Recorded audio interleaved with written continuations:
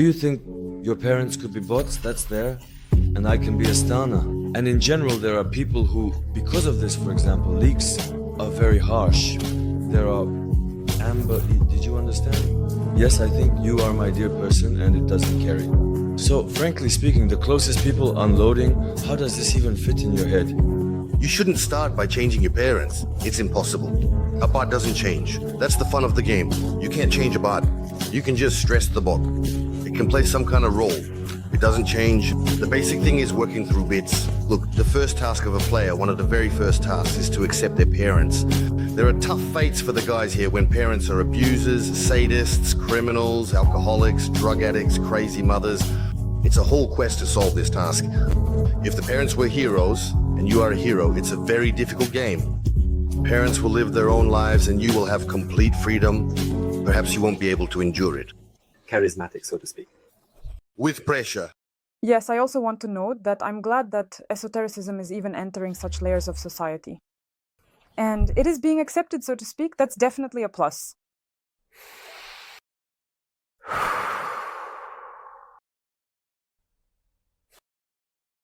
How interesting.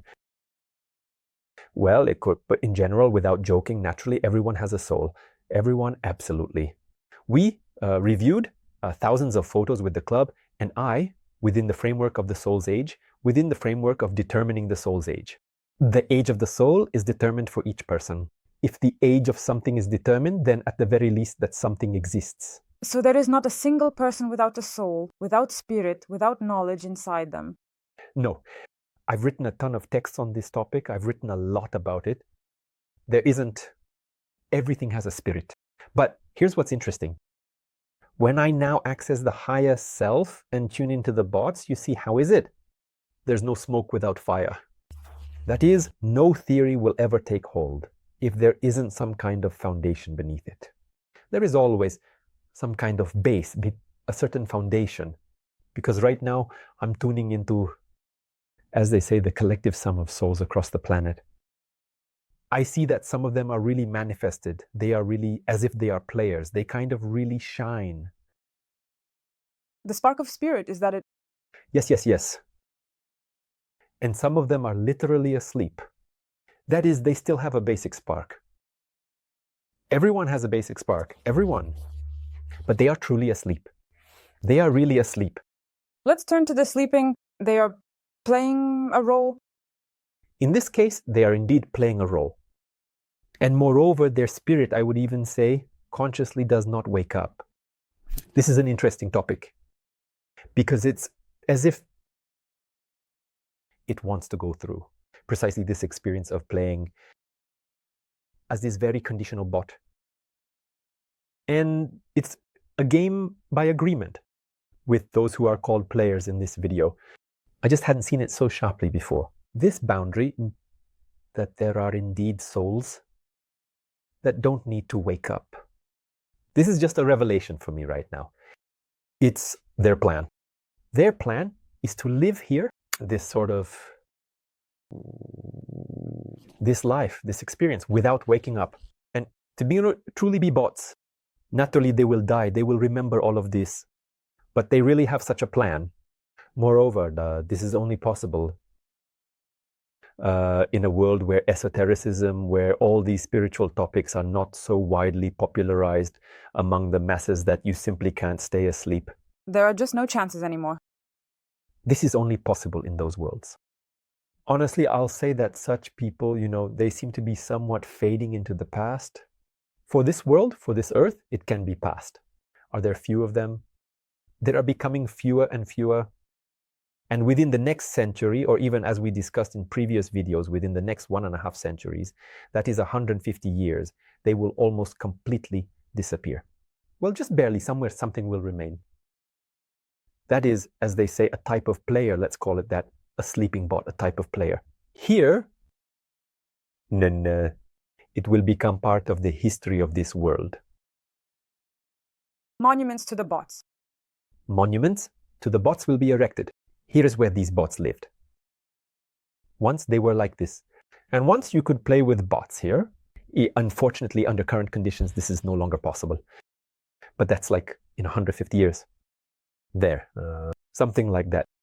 Therefore, I don't agree with him in the sense that there's absolutely no spark, although he didn't say that. Maybe he... All right, let's latch onto his words that were said. He says that a bot cannot change. Exactly. Is it really possible for this person to change? You're talking about... If it really is a bot, it's like his game. It's written in his contract that he won't change. He genuinely wants to play the role of an evil stepmother, or the role of an evil father, or something else. It's explicitly stated in his contract. Naturally, he will karmically receive a lot of bumps. The fact that he chose this path for himself doesn't mean, as they say, that he won't get hit over the head for it. That was also part of his plans. In fact, if it comes to that, it's a bit of masochism, but it's... And then a very interesting question arises. Aren't these souls who take on such heavy karma, if he's such a bad person and all his life he doesn't burn off his karma but just accumulates, it's... Are they wiser souls or younger ones? Are they younger souls? Younger ones. Younger ones, yes. But I'll say this. Actually, the idea of burning karma, as strange as it may seem now, sometimes these guys living, then, as they say, the hard way. All these extreme things, it's not that they burn off their karma, no. It's as if they, reach a certain bottom, from which they then push off and start swimming upwards. That is, it's a certain desire of the spirit to live through this kind of harshness. It's really a desire at certain stages. I had an article on this topic about children, souls, children. They can be, roughly speaking, children of flowers, meaning when everything around is really good. And there are also children of the streets, the really tough ones. Stories like these, tough confrontations and very harsh paths. And many choose, especially in our world and similar worlds, precisely the path of the children of the streets. It's a path. In fact, we've all gone through it. If it comes to that, in some past lives, in some past incarnations, almost everyone without exception. But having gone through it, you then realize that you simply don't need it anymore. You understood everything on this path, on this dark side, you understood everything. And then you start to awaken, you understand the value of awakening at some stage. Sometimes souls consciously, already more or less experienced, choose this tough story in order to, yes, to possibly help someone on this antipode to go through their lessons. And then it's a kind of self-sacrifice, yes. You asked me for some reason. I was recalling some people and I thought, interesting, could it be like this? Maybe. As I say, a person takes on this heavy karma to be unchanging all their life. Well, a bad person, so to speak, but not the best. And to those who interact with them, these bring such interesting lessons. Yes, okay, then look, here's another question. I want people, after watching our video, not to go and say, yes, Danila also agrees that this is all true, let's go and call our parents, everyone else bots, and so on, that our parents might be bots. Well, how to distinguish, yes, that this is really, well, I really don't like the word bot, naturally, that this is the person, the soul that has chosen such a static path in some specific unchanging form. And simply, well, it's clear that our parents, they are mostly more crystallized in their minds and more susceptible to their beliefs and so on. And this is quite logical because they have already lived their lives and have somehow formed in a certain way. And how to distinguish. But that doesn't mean they can't change if they want to, yes, or that their sparks are weakly manifested and so on. And perhaps their path, which they have lived, was quite, well, harmonious, and with many changes they also went through their own path, yes, their own work-throughs. This is just from our position. We might think, oh, how they are compared to us, yes, well, they don't work through things, don't change, and so on. But that's not quite correct. So I want to somehow, how to determine that, after all, yes, this person definitely is stagnant, yes, static, or rather, more accurately, and this one is not. It's just that they might be slower or more gradual or simply different.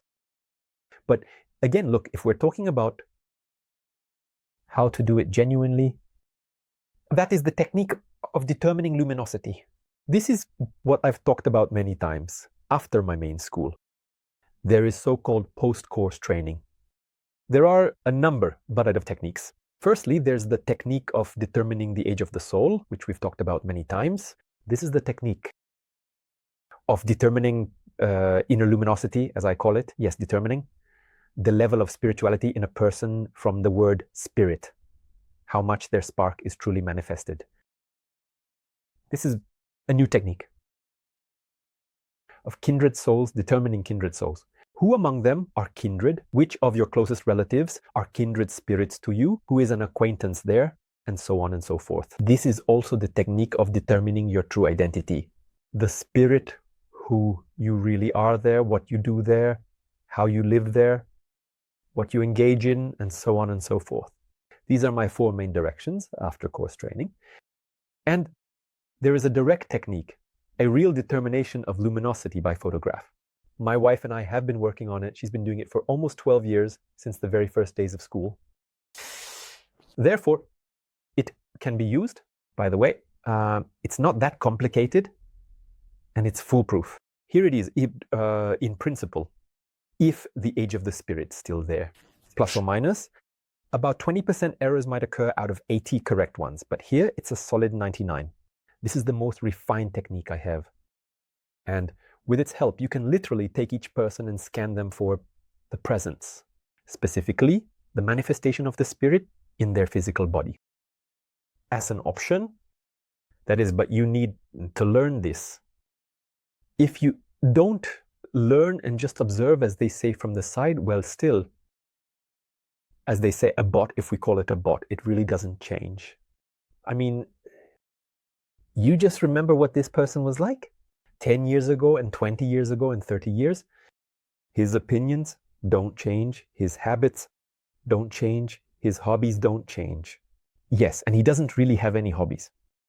Because for there to be a hobby, what is needed? There needs to be some kind of this spark, some kind of charge, because a hobby is a kind of creativity in any case.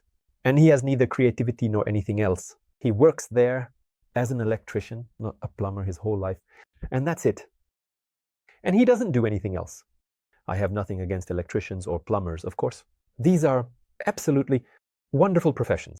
Without them, we would have long since drowned in filth, let's call it that, yes. And long ago our lights would have gone out and so on. But simply, there are just a number of professions where in principle you don't need to develop very much. I mean, more or less, it's all the same. Year after year, year after year. You don't need to drastically increase your skills to install toilets. Of course, they change. The shape changes a little. The drains, the shape of these drains changes, so to speak. But still, it's roughly the same. I often observe in similar professions where development isn't necessary, that often these kinds of guys stay. They kind of remain somewhat in this one niche. Look, what about the fact that, I don't know, it seems to me that in our parents' generation, there was a mentality that it was, on the contrary, great. A career ladder, a lifetime at one job. Now we can just jump to a new job every month, or a new business, a new profession, something else. For them it was valued, those were different values that, on the contrary, it was respected that a person dedicated their whole life, for example, to one profession. Yes, perhaps a simple one, but they dedicated themselves. And regarding hobbies, again, now we have an abundance, all the kids are in 10 clubs, right? But back then, it wasn't like that. There wasn't the financial capability. There wasn't. In general, there wasn't such an abundance of all this. For example, for some elderly ladies now, sitting and watching TV series, that's also a hobby. That's also a hobby, yes. And with our paradigm, we might look and, oh, well, that's definitely a bot, you know? From the TV to his work. That is, you see, we have such an ego in people in this part to judge someone, I'm good, they're all bad. Although they might just be different, that's also not an indicator of these hobbies. Not an indicator. I'm just trying now to at least somehow indicate what a person who doesn't know how to feel should do. Because the most correct thing is that there is a technique, it clearly shows, down to the percentage, how much you can measure the manifestation of the spirit, or conversely, the number of blocks. But if that's not there, then what does a person do? Try to somehow combine a number of parameters. What I'm talking about now is just a number of parameters. This is not an indicator. It's just a set of parameters. For example, a person who all their life doesn't want to develop in one job, has absolutely no hobbies, nothing at all. This is just the first of many, many parameters. The next one, much more important, is not so much at the level of a single activity, but rather at the level of consistent viewpoints. The same ones, absolutely. The same, and importantly, destructive viewpoints. I mean, objectively, these destructive viewpoints, which he genuinely adheres to throughout his life.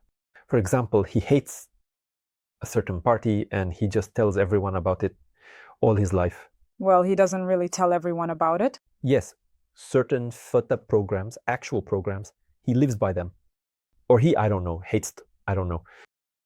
Or I don't know who.